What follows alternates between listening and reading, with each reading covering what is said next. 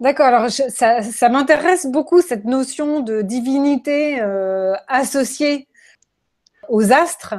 Là, vous abordez la chose comme si les astres pouvaient être quelque part la façon de parler des dieux aux hommes. Peut-être on est plus dans la partie postérieure grecque, mais quelquefois on peut faire le lien entre les dieux et les astres. D'ailleurs, ils portent le même nom. Donc, comment est-ce qu'on peut interpréter ça? Est-ce que les dieux, finalement, ne seraient qu'une allégorie de l'astrologie? Comment est-ce que vous voyez la chose? Pour les anciens, les dieux existent, hein, ils n'ont pas de problème de ce côté-là. Simplement, dans un premier temps, donc je parle de Babylone, enfin, et puis des débuts de Babylone surtout, les astres sont les dieux.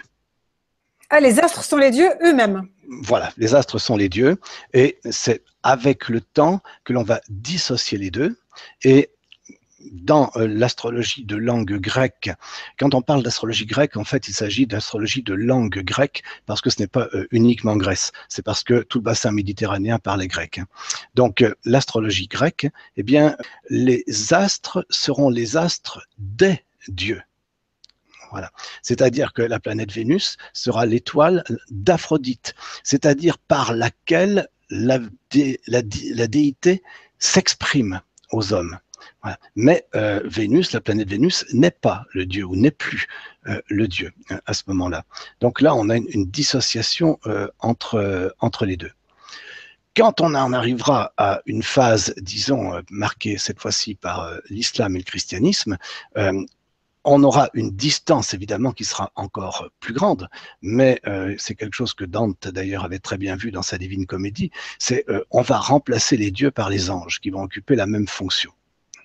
Et on trouve encore chez les médiévaux l'idée, parce que chez les médiévaux on a un problème, on ne comprend pas que des astres puissent avoir un mouvement sans que quelque chose les pousse.